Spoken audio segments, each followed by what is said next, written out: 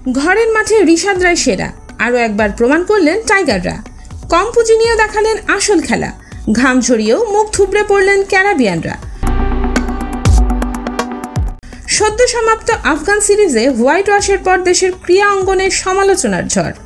শঙ্কা আছে 2027 ওয়ানডে বিশ্বকাপে সরাসরি খেলার দৌড় থেকে ছিটকে যাওয়ার। উপায় একটাই, ক্যারাবিয়ানদের বিপক্ষে 3-0 জয়। খাদের কিনারে দাঁড়িয়ে পাহাড় সম সমীকরণ মাথায় নিয়ে আজ প্রথম ওডিআই ম্যাচে ওয়েস্ট ইন্ডিজের মুখোমুখি হয় বাংলাদেশ।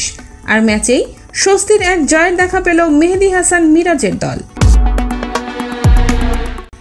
মিরপুরে ওয়েস্ট ইন্ডিজকে 74 রানে হারিয়েছে বাংলাদেশ। এই জয়ে সিরিজে 1-0 এগিয়ে গেল স্বাগতিকরা।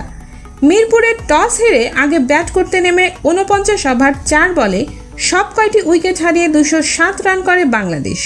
দলের হয়ে সর্বোচ্চ 51 রান করেছেন তাওহিদ হৃদয়। এছাড়া 46 রান করেছেন মাহিদুল ইসলাম অঙ্কন। জবাবে খেলতে নেমে 39 ওভারে 133 রানে অল আউট হয় ওয়েস্ট ইন্ডিজ। ছোট লক্ষ্য তারায় উড়ন্ত শুরু পায় ওয়েস্ট ইন্ডিজ। উদ্বোধনী জুটিতে 51 রান যোগ করে তারা। 27 রান করা আলিক আথানসেকে লেগ বিফোরের ফাঁদে ফেলে ক্যারাবিয়ান শিবিরে প্রথম আঘাত হানেন রিশাদ হোসেন। উদ্বোধনী জুটি ভাঙার পরই ক্যারাবিয়ানদের রানের লাগাম টেনে ধরে বাংলাদেশ। 92 রানেই পঞ্চম উইকেট হারায় ক্যারাবিয়ানরা। আর এই 5 উইকেটের সবকটি গেছে রিশাদের ঝুলিতে। এটি তার ক্যারিয়ারের প্রথম ফাইভার। বাংলাদেশের প্রথম ডানহাতি স্পিনার হিসেবেও ওয়ানডেতে 5 উইকেট পেয়েছেন রিশাদ।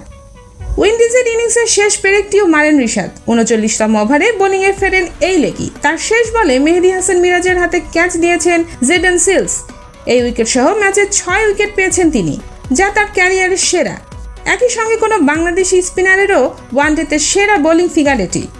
তো দর্শক, কেমন খেলা দেখালো বাংলাদেশ? জানিয়ে দিন আপনার মূল্যবান মতামত। ধন্যবাদ।